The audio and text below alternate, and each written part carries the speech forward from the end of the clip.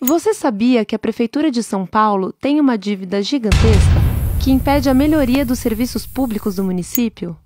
E que, quanto mais pagamos, mais devemos? Vamos entender como essa dívida começou. Em 1993, Paulo Maluf assume a prefeitura com uma dívida de R$ 1,5 bilhão de reais. E ao final do seu mandato, a dívida já ultrapassava os R$ 5 bilhões de reais. Mas como Maluf conseguiu essa façanha? Simples. Um esquema de fraude foi montado com base nos precatórios, que são ordens de pagamento geradas por processos judiciais contra municípios, estados ou até mesmo a União. E para pagar esses precatórios, Maluf emitiu títulos do Tesouro Municipal, ou seja, dívida pública. Em resumo, Maluf endividou a cidade com base em um esquema de corrupção, envolvendo agentes públicos e também do setor privado, e contou com a omissão suspeita do Senado Federal, que não fiscalizou esse processo, que é de sua obrigação.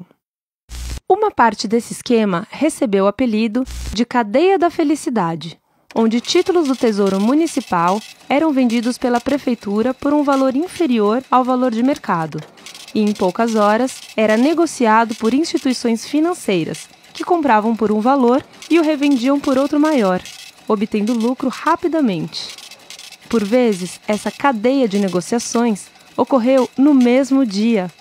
Em um caso específico, a prefeitura vendeu títulos por R$ 70 milhões e, no final do dia, chegaram ao Bradesco por quase 74 milhões. Nesse caso específico, a CPI dos precatórios, instaurada no Senado Federal, revelou que os bancos intermediários trabalhavam para o Bradesco, e essa foi apenas uma das 22 operações rastreadas pela CPI. Para piorar, esses títulos rendiam a taxa Selic, que na época se encontrava nas alturas, provocando a explosão dessa dívida. A Cadeia da Felicidade foi exportada para muitas outras cidades e estados do Brasil, como Santa Catarina e Pernambuco, por exemplo. Mas afinal, Maluf quitou os precatórios com esse dinheiro? Não. Apenas 23% do valor arrecadado serviu para pagar os precatórios. Em 97, Pita, que conhecia bem o esquema, assume a prefeitura e continua endividando o município. Mas logo estoura o escândalo dos precatórios e são abertas CPIs na Câmara de Vereadores e no Senado Federal. A esta altura, o município já estava quebrado e buscava encontrar uma forma de o governo federal assumir essa dívida.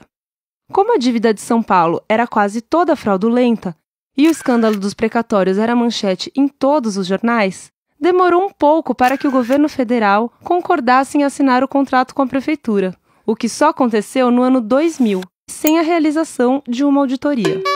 E assim, apesar das comprovações de fraudes e irregularidades, a dívida, que já alcançava 11,2 bilhões de reais, foi assumida integralmente pelo governo federal, e a prefeitura se tornou devedora da União.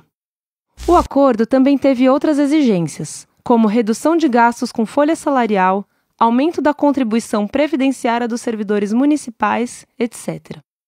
20% dessa dívida, que era corrigida mensalmente pelo IGPDI, mais juros anuais de 6%, deveria ser paga em 30 meses.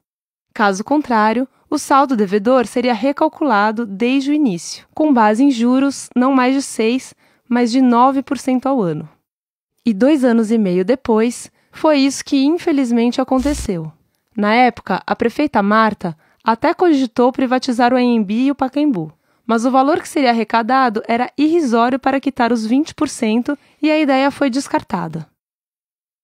O contrato também limitava os gastos com a dívida a 13% da receita líquida do município, o que era sequer suficiente para cobrir as parcelas. Além disso, previa a cobrança de juros no sistema Price, ou seja, juros sobre juros, considerado ilegal pelo Supremo Tribunal Federal, fazendo com que a dívida crescesse de forma acelerada.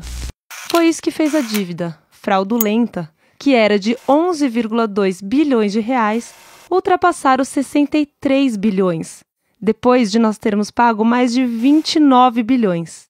Ou seja, quanto mais pagamos, mais devemos. Para se ter uma ideia do absurdo que é essa dívida, Observem neste gráfico a variação do acumulado destes diferentes indexadores. As condições de pagamento da dívida paulistana são as piores possíveis. Diante deste absurdo, o prefeito Fernando Haddad renegocia com o governo federal essa dívida de forma retroativa. Seriam agora aplicados os juros da taxa Selic até o final de 2012 e, a partir de 2013, 4% ao ano mais a inflação corrigida pelo IPCA ou apenas a Selic, o que for menor. À primeira vista, parece uma ótima oportunidade para São Paulo quitar sua dívida, que passaria de 63 bilhões de reais para 27,5 bilhões, aproximadamente o quanto já foi pago até agora. Mas seria justo continuar pagando uma dívida que, além de fraudulenta e criminosa, já foi paga mais de 2 vezes e que ainda está 2 vezes o valor original? Vamos recapitular. Nós pagamos 29 de uma dívida que era 11, e agora ainda faltam 27.